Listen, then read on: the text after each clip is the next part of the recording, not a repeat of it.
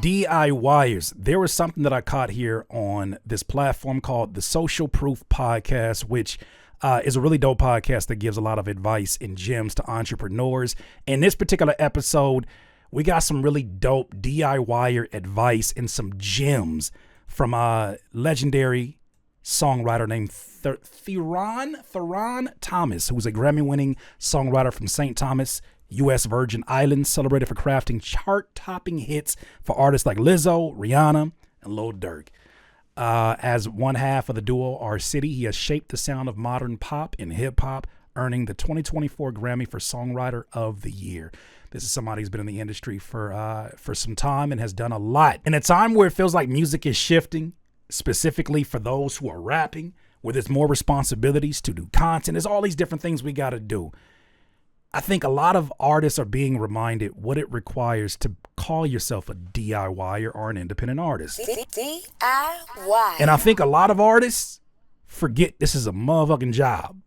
Well, here's your reminder from somebody who does this for a living. Theron Thomas. Listen to what he has to say. Hey man, dim the lights, I need the vibe. Hey bro, I need some weed, I need the vibe. And I'm like, bro, you at work. You need to keep your job. Right. Come on, Theron. What people don't realize when you're making music, it's more, you're selling more than you ever sold before. And people don't realize that. Everybody in the music business, I always say, you know what y'all don't realize? Y'all don't realize y'all at work.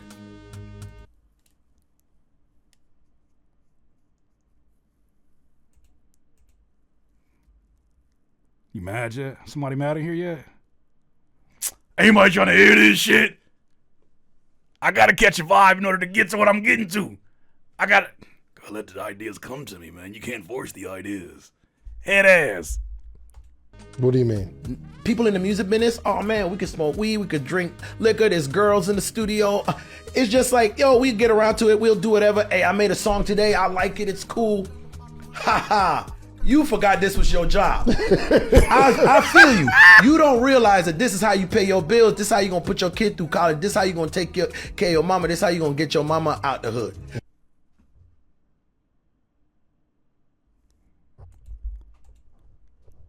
I want you to take this, what's being said.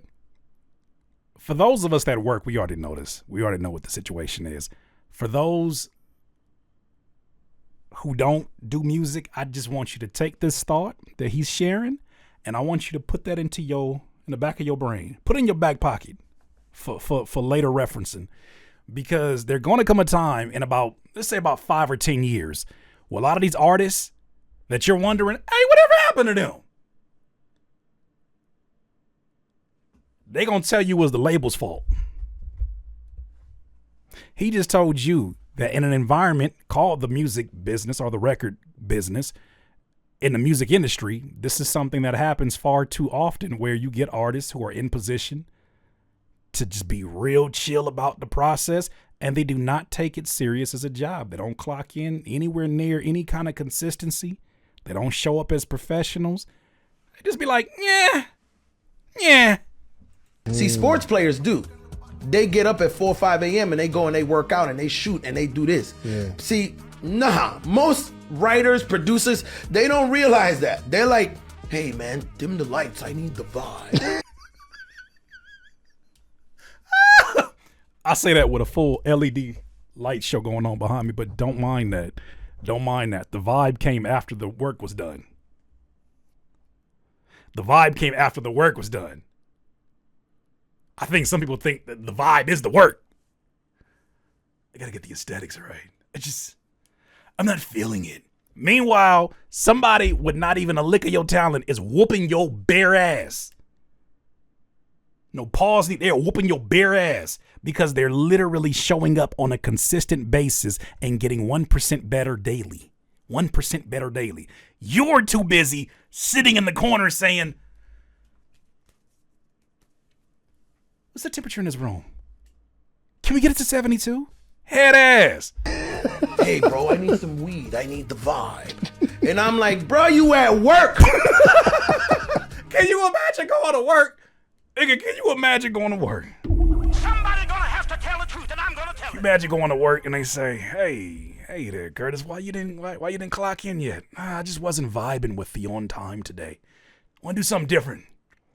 I'm not vibing with on time today. Something about on time just feels like too precise. You know what I mean? Like, I think you should just switch things up every once in a while. You'll be fired before the day is over, because that's your job. But it's crazy how we'll be willing at times to be more disciplined in these situations because somebody's paying us, versus when it's us on the line and it's our actual passions on the line, how lax some of us become. But that's crazy. You need to keep your job. Right. Come on, Theron. Because all you gonna do is have a half a hit, somewhat of a hit, 5-10 years later. Guess what you gonna be telling me? Oh man, music ain't for me, bro. I'm doing real estate, I'm doing this, I'm doing that. Bro, I don't mean no disrespect, but when I hear people tell me that, that's just a sign of we didn't make it. Somebody gonna have to tell the truth, and I'm gonna tell it. Nigga, if I told you how many producers, how many rappers that just stopped and they said, "Oh, I'm diversifying my funds. I'm into real estate now." Are you into real estate? Are you figuring out something else that's gonna generate you some income? There's nothing wrong with it. Let's just be real about it. What you really doing? Judy S says AZ Chike is an example of consistency. Yeah, he's a prime example of this. Of I am showing up for work. I will buy $3,000 worth of. I put the video out today. I will put $3,000, $10,000 worth towards my wardrobe in the event that I have an opportunity to perform on one of the nights in LA, and then it worked out for him. But even if he didn't perform, making that investment, I think, says a lot to yourself mentally, that when it comes down to it, I will stop at nothing to reinvest into my craft and into myself and into my business. I think that sends a more important message to yourself. Or blame it on gatekeeping. Or Oh the yeah. industry, Oh or- man, somebody didn't do that. You forgot you was at work. You want to know what my thing is? I'm the Chick-fil-A of the music business. I know I'm in the service business. I know when I walk in the room that when I see Beyonce, it ain't about Theron. Tell you a true story. I love my manager Ray. He's amazing. I was in the car driving and I called him. I said, "Bro, these niggas don't respect me. I'm dope. They don't be respect me. They don't be calling me that.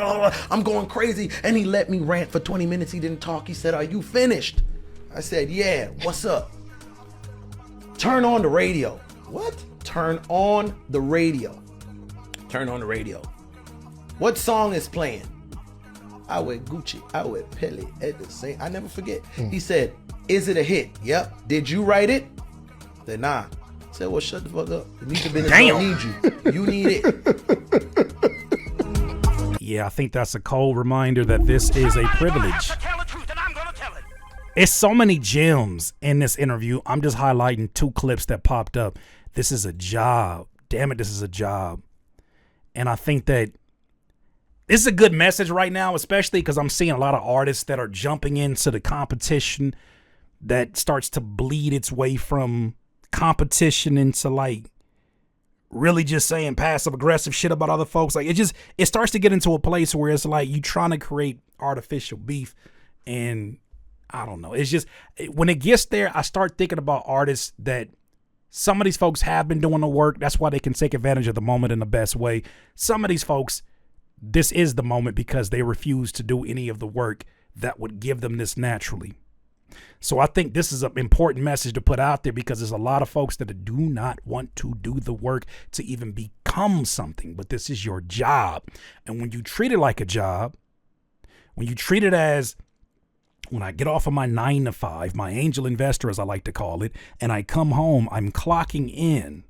And between this point of time, between this window of time, I'm going to put the work in necessary because I know that this job one day will be my only job that'll support my livelihood. But it's going to require a lot of work and a lot of creativity to make it that way. But it starts with the fundamentals, and the fundamentals of this is your job. If an athlete takes off for too long, a nigga start becoming slower. If he becomes too slow, he start missing out on playing time. You miss out on playing time, eventually your ass gonna get cut. If you get cut, you don't get paid. if music worked the same way, I think a lot of folks would understand how much of a job this is.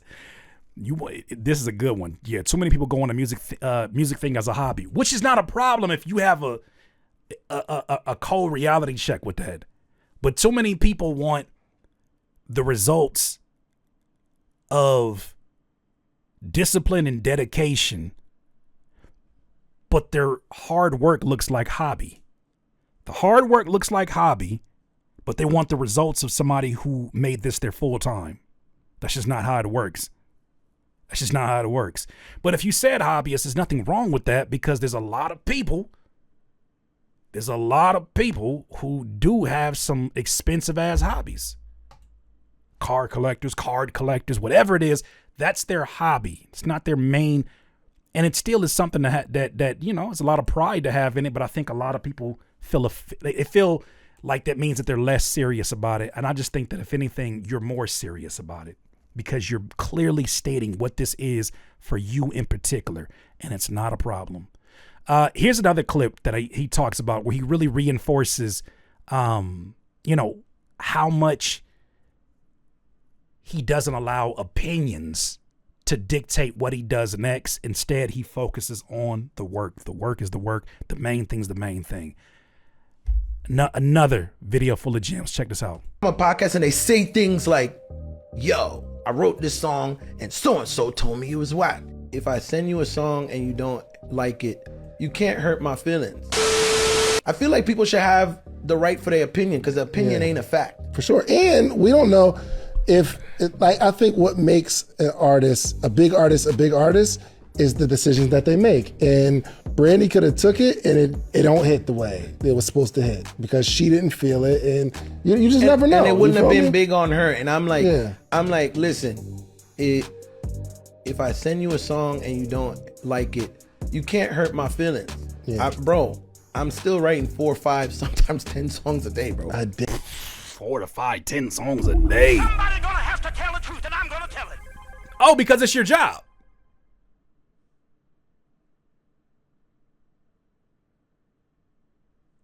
Because he treats it like a job.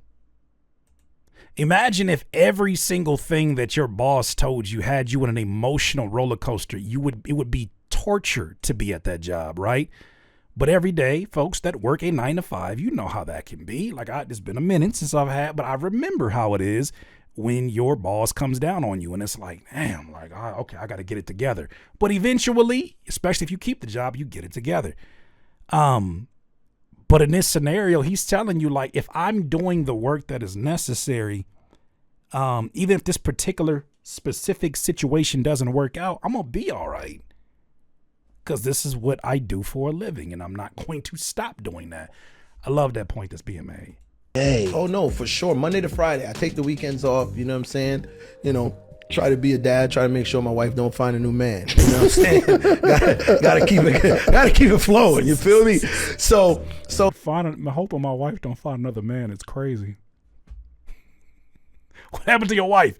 Oh, she found another man. That's crazy. I just had to pause on that. I'm sorry.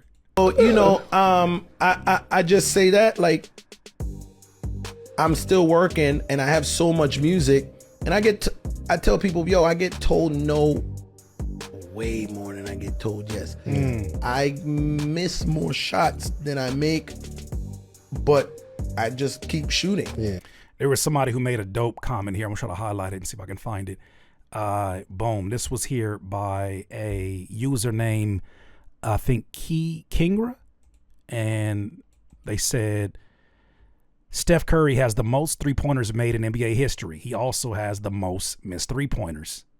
Needless to say, keep balling, brother. Like, this is basic for a lot of us, but it is a very important thing to remind yourself that the reason he keeps getting those is not because his skill set is not adequate or his skill set is not up to par. Obviously, his resume says that it's always on par. It's just the fact that he's putting out and doing so much work. And we had an interview with a producer that was really prominent on the Blue List project in my guy Sky Hutch. And that's what he said. He said he would put together these beat packs for an Ab-Soul or artist that he worked with. He said he would send them literally a beat tape a month. of 10 plus beats. He's just somebody who's taking more shots at it and it has actual skill set to back it. It's just going to fare better than somebody who's being very timid about the process or very lax about their consistency. So I love this message. You know what I'm saying? Yeah, that yes be worth. You only need one good yes. Bro, that's all you need. That is all. You know, somebody sent me a video where it was like, yo, I don't think no idea is stupid. If you keep going at it, like, yo, it's crazy. There's a movie called Rubber that me, my brother, and my boy Benny, we watching. I think one idea that's still stupid is that Drake is still suing UMG, but that's neither here nor there. Somebody gonna have to tell the truth. What? I'm gonna tell it. I don't know how to hog tie people. What would I hog tie? We always talk about, oh man, this movie's crazy. It's about a telepathic tire that rolls around and kills people. So it's a movie called something Rubber about a telepathic wheel that kills people. Meanwhile, somebody ain't putting no movie out, ain't putting no song out because they're like, what if they don't like it? Well, somebody ain't. While you over there timid, somebody ain't scared of shit. That's all it's about. But what you think about this, somebody had that thought in their head and didn't stop until they got the funding and somebody to approve them to make that movie. We could laugh about it. It's like, that sounds ridiculous and crazy, but they didn't think it was ridiculous. What other people think don't matter. I'm like, yo, 365 million people in America. No one has ever sold 365 million records. Bar. Michael Jackson, he's so amazing. He probably sold 50 million. There's still 315 million Americans that didn't buy Thriller, my guy. Where they at? Exactly. 8 billion people in the world. Nobody ain't ever sold 1 billion records. No one. Exactly. You need 500,000 to go gold and 1 million to go platinum. I only care about the 500,000 and 1 million people that support me. I loved it. I love the perspective on that. That's dope. Somebody gonna have to tell the truth. And I'm gonna tell it. Maybe not nothing new to most of you, but a good reminder. This is your job. When you're great at your job, it's not a matter of if it's going to work out. It's a matter of when. It's always a matter of when it's going to work out. And then the thought you're then focused on is this for me? Are these the quality of problems that I want? Because more than likely, the reason you continue or the reason that you quit will be you assessing the quality of the problems. There's problems in everything, right? You assessing the quality of the problems that come along with this new status, that come along with the results of all that consistency and hard work. You'll one day look up and say, are these the quality of problems that I want and that I choose? And I feel like this is a great reminder that when you put that consistency, you put that work in, it's bound to happen, especially when you're outstanding at what you do. And in order to be of high quality, it does require a lot of quantity, and a lot of that quantity is going to be, as the kids will say, mid and or just pure trash. But as you get to different thresholds, your trash even starts to smell a little less stinkier than maybe 10 or 5 years ago. So, DR Wires, those are my thoughts on that. Love that message and that. You let me know what y'all thought about that right there. DIYers, if you enjoyed this content, make sure that you hit the like button and maybe even consider subscribing. Come on, man. Don't be greedy. Peace.